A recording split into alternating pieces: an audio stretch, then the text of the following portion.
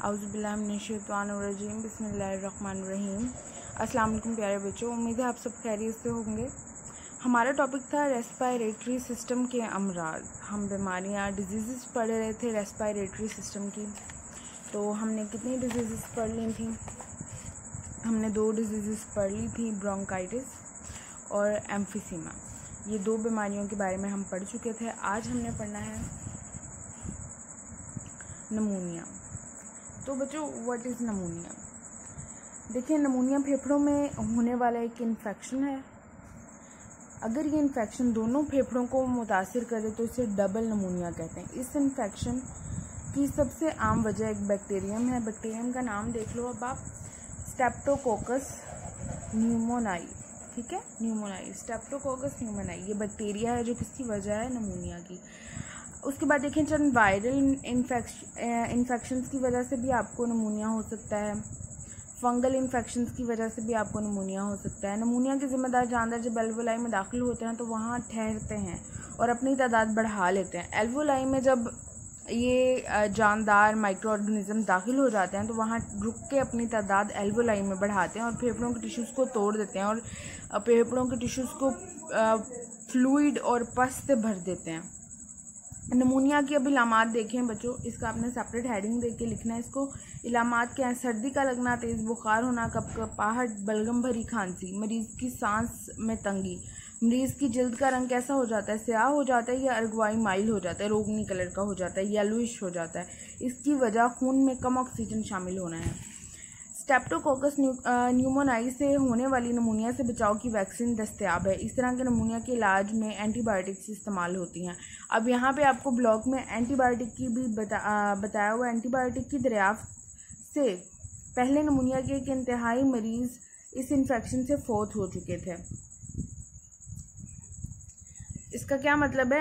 इसकी एंटीबायोटिक्स की दरियाफ्त से पहले बहुत से मरीज़ जिनको नमूनिया हुआ उनकी वफ़ात हो गई। ठीक है, और इतनी ख़तरनाक नमूनिया की बीमारी है, ये आम बीमारी नहीं है। ठीक है, और इसका इन्फेक्शन होती है जब बायोटिक के जादू एंटीबायोटिक्स, उसके बाद इससे क्या होना स्टार्ट हो गया? क्योर होना स्टार्ट हो गया, मरीज़ बचना शुरू हो गए। अब बच्चों, आप लोगों को मैं इसके नोट्स दिखाती हूँ। अब ज़रा ये देखें, आप लोगों ने जो होमवर्क लिखना है वो भी ऐसे ही लिखना है, ऐसे ही आप लोगों ने पॉइंट्स बनाने हैं। मैं बुक से इसलिए पढ़ा रही थी आप लोगों को ताकि आप लोगों के पास बुक से आपको आसानी रहे, आप लोगों को हर पॉइंट इजीली समझ आ जाए जो पढ़ाया जा रहा है। नहीं तो मैंने देखा है पिछली दफ़ा जो मैंने नोट्स से आप लोगों को पढ़ाया, आपने मेरे ख्याल में सिर्फ वही नोट्स तैयार किए हैं, उसके अलावा आपने उसकी थ्योरी नहीं पढ़ी। हालांकि 2-3 कुछ बातें ऐसी होती हैं जो आपको पढ़ने वाली होती हैं कि एक दफ़ा हमारी नज़र से गुजर जाएं।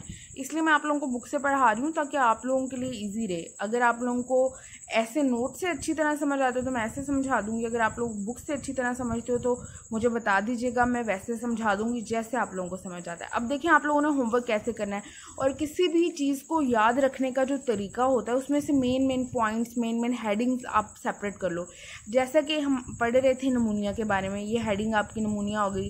क्या है ये? इसकी डेफिनेशन आ गई, फेफड़ों में होने वाला इन्फेक्शन है नमूनिया। ठीक है, अब हमने मेन इसमें क्या बात है, इसकी वजह क्या है। ठीक है, जब भी कुछ होता है तो उसकी रीजंस ढूंढते हैं, उसके साइड इफ़ेक्ट्स देखते हैं। बीमारियों में स्पेशली आपने वजूहात और इलामात ये लाजमी लिखना है। उसके बाद यहाँ पे आप इलाज भी लिख सकते हो। ठीक है, नेक्स्ट हेडिंग आप इलाज की भी दे सकते हो। क्या इलाज होगा इसका? एंटीबायोटिक्स इसका इलाज है नमूनिया का। अच्छा, फर्स्ट ऑफ ऑल देख लें, डेफिनेशन आ गई, उसके बाद वजूहात लिख लें, क्या वजह बनती है नमूनिया, कैसे हो जाता है। बैक्टीरियम में स्ट्रेप्टोकोकस न्यूमोनाई जिसकी वजह से नमूनिया होता है, या वायरल इन्फेक्शन हो सकता है। ठीक है, या हो सकता है फंगल इन्फेक्शन हो सकता है। ये क्लियर हो गया हमारा 3 इन्फेक्शन उसने बताया। आप लोगों को क्लियर हो गया ये? उसके बाद इलामात देखें।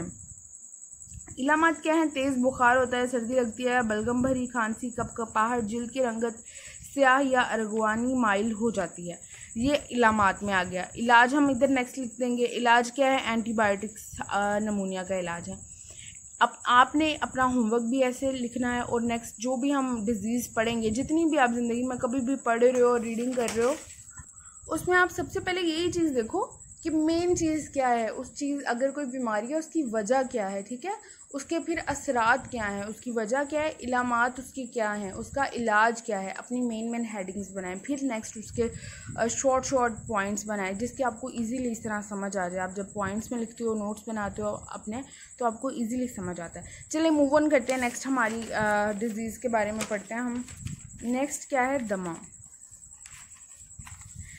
ये एक तरह की एलर्जी है। दमा क्या है, आपने अक्सर सुना होगा दमे की, इसको दमा है, उन्होंने पंप लिया होता है मरीज़ों ने हाथ में, उनकी नालियाँ सिकुड़ जाती हैं, उनको सांस लेने में प्रॉब्लम होती है दमा की बीमारी में। आप लोगों ने सुना होगा इस बारे में।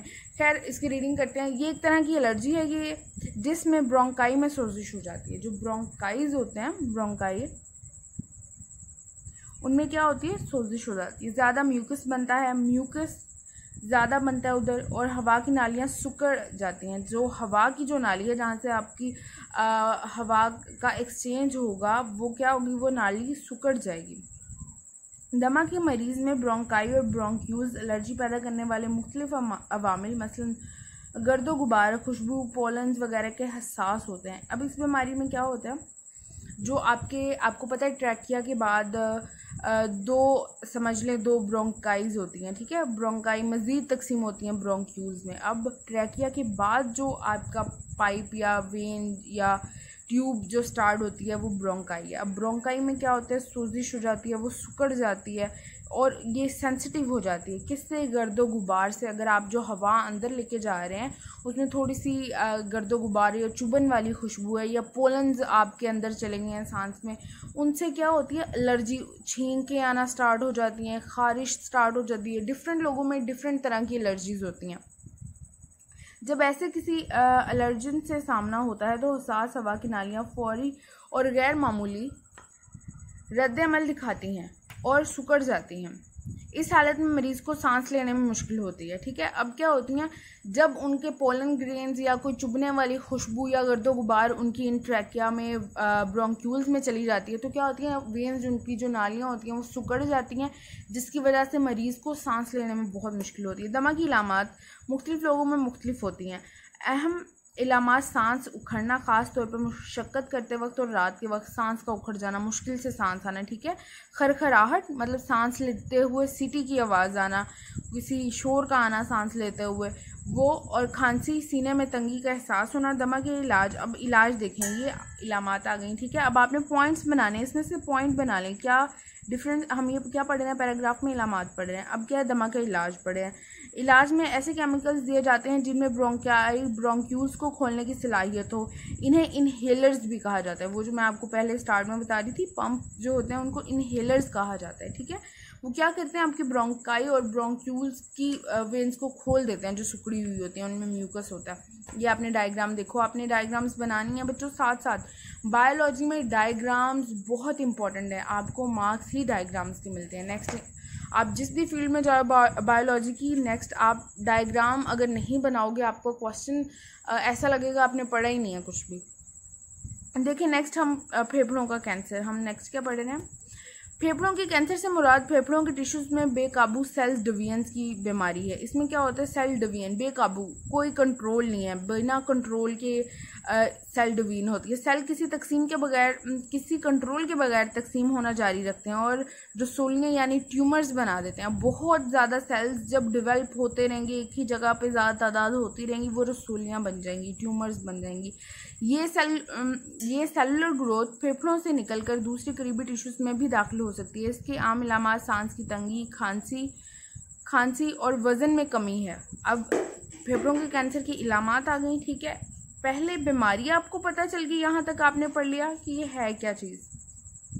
उसके बाद यहाँ पे क्या है, आपने इलामात देख ली। किसी भी, नेक्स्ट देखें, किसी भी कैंसर की बड़ी वजह का, अब कैंसर्स की वजह क्या होती है, इसी नेक्स्ट पैराग्राफ में वो आपको बता रहे हैं, वजूहात बता रहा है।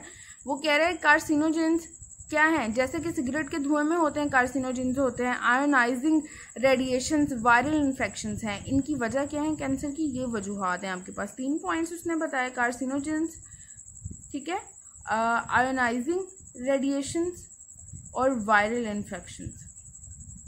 अब देखिए, तम्बाकू नोशी फेफड़ों के कैंसर की बड़ी वजह है। तम्बाकू नोशी ना करने वालों में फेफड़ों के कैंसर का खतरा बहुत कम होता है।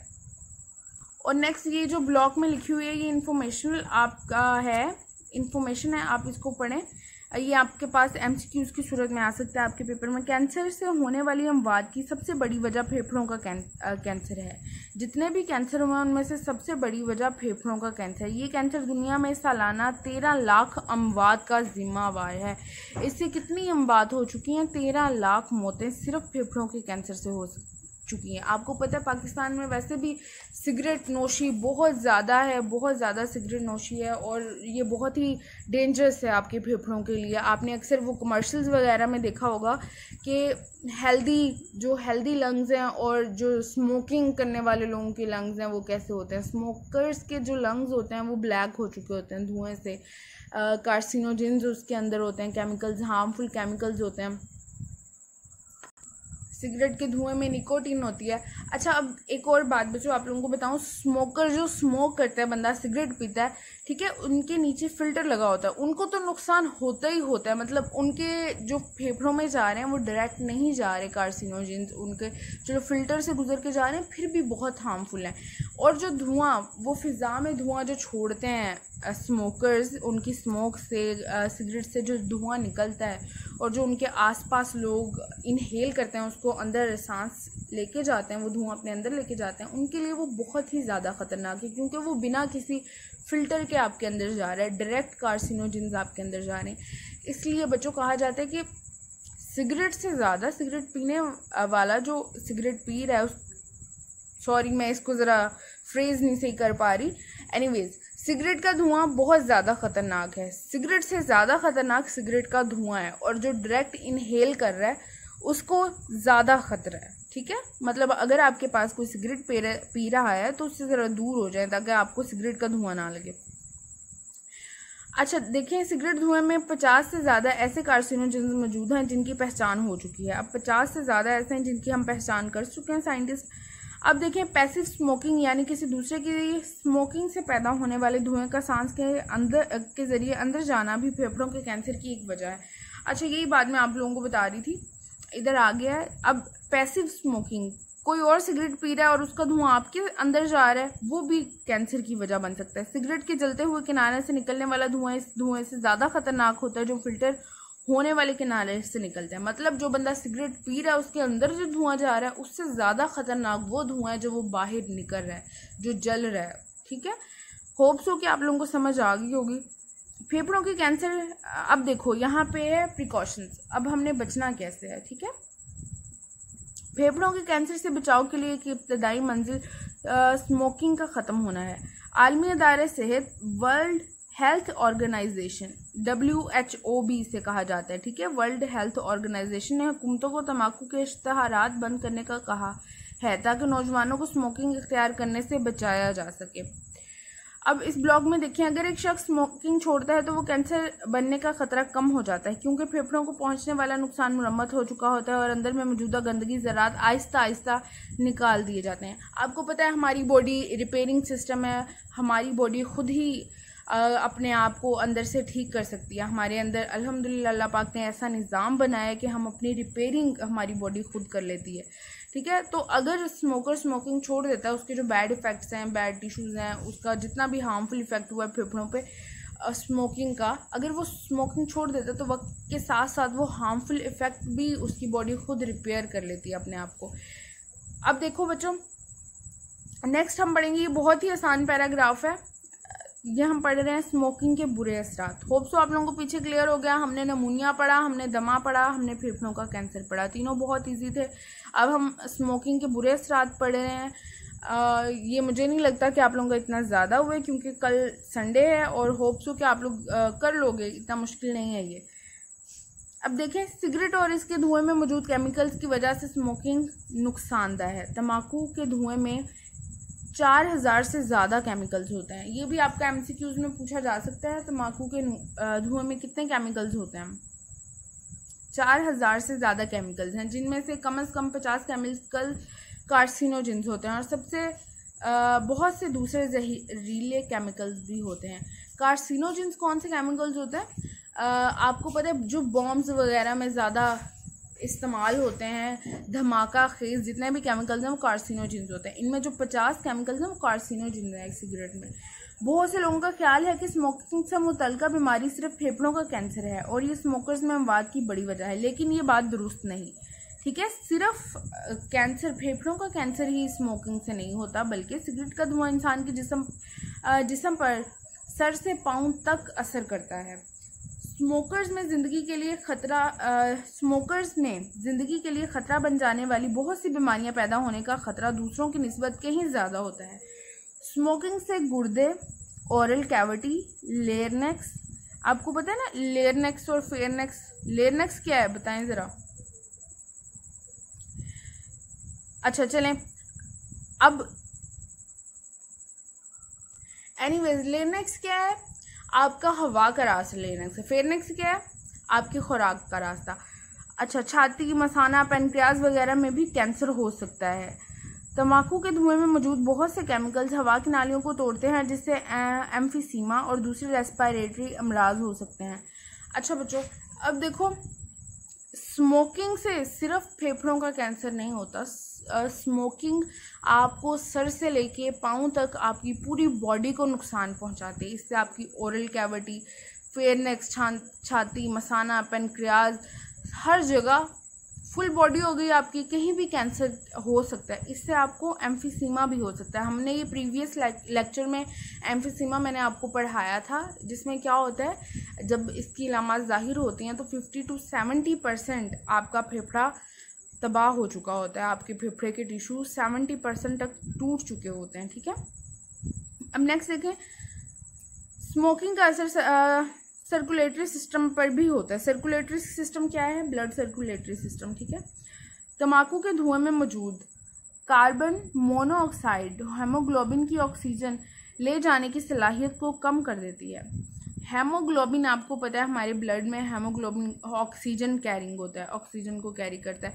अब जो कार्बन मोनोऑक्साइड है ये क्या करती है, हेमोग्लोबिन की जो एबिलिटी है ऑक्सीजन कैरी करने की वो कम कर देती है। ठीक है, धुएं में मौजूद बहुत से दूसरे केमिकल्स ब्लड प्लेटलेट्स बनाने के अमल को तेज़ करते हैं और प्लेटलेट्स की तादाद नॉर्मल से ज़्यादा हो तो वो खून को गाढ़ा कर देते हैं। इसके नतीजे में आर्टियोसिक्रोसिस हो सकता है।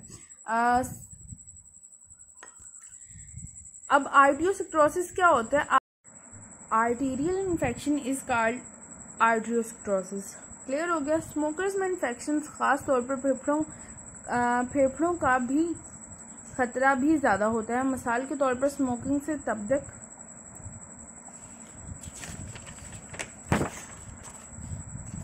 का खतरा 2 से 4 गुना और नमूनिया का खतरा 4 गुना बढ़ जाता है। स्मोकिंग दांतों की कमज़ोरी, इन पर रंग चढ़ जाने की भी जिम्मेदार। आपने देखा होगा अक्सर जितने भी लोग स्मोकिंग करते हैं, स्मोकर्स होते हैं, सिगरेट पीते हैं, उनके दांत येलो होते हैं, उनके दांतों का कलर भी चेंज हो जाता है। ठीक है, स्मोकर्स में दांत गिरने का अमल नॉन स्मोकर्स की निस्बत से 2 से 3 गुना ज़्यादा होता है। उनके दांत भी जल्दी गिर जाते हैं। अब ये ब्लॉग पढ़ते हैं हम। ऐसे नॉन स्मोकर्स जिनको घर में या काम पर दूसरों के धुएं का सामना होता है, पैसिव स्मोकिंग, अपने अंदर दिल की बीमारियों का खतरा 25 से 30% और फेफड़ों के कैंसर का खतरा 20 से 30% बढ़ा लेते हैं। जो पैसिव स्मोकर्स हैं, जिनको दूसरे लोगों का धुआं जो अपने अंदर लेके जाते हैं, दूसरों की स्मोक का, दूसरों के सिगरेट्स का धुआं जो जिनके अंदर जाता है, उनके अंदर, ये आपके MCQs के पॉइंट्स हैं बच्चों। ये शॉर्ट क्वेश्चंस में भी आ सकते हैं और ये MCQs में भी आ सकते हैं, इसलिए आप लोगों ने इनको मिस नहीं करना। स्मोकिंग से माशरती ज़िंदगी भी मुतासिर होती है। स्मोकर्स को माशरती नापसंदगी का सामना हो सकता है क्योंकि बहुत से लोग किसी दूसरे के धुएं का सामना नहीं करना चाहते। ठीक, आप अवेयर रहें इन बातों से और स्मोकिंग से जितने भी लोग आपके पास आसपास स्मोक करते हैं उनको भी रोकें स्मोकिंग से और उनके धुएं से खुद को भी बचाएं। हर साल 31 मई को तंबाकू नोशी के खिलाफ आलमी दिन यानी वर्ल्ड क्या लिखा हुआ है यहाँ पे, वर्ल्ड टोबैको डे मनाया जाता है। अब देखो कब मनाया जाता है, हर साल 31 मई को मनाया जाता है, ये आपको पता होना चाहिए बच्चों। दैट्स ऑल, आप लोगों का आज का लेक्चर यहाँ तक था। अगर किसी बात की आप लोगों को समझ नहीं आई, आप मुझसे दोबारा पूछ सकते हो। अपना ख्याल रखिएगा। अल्लाह हाफ़िज़।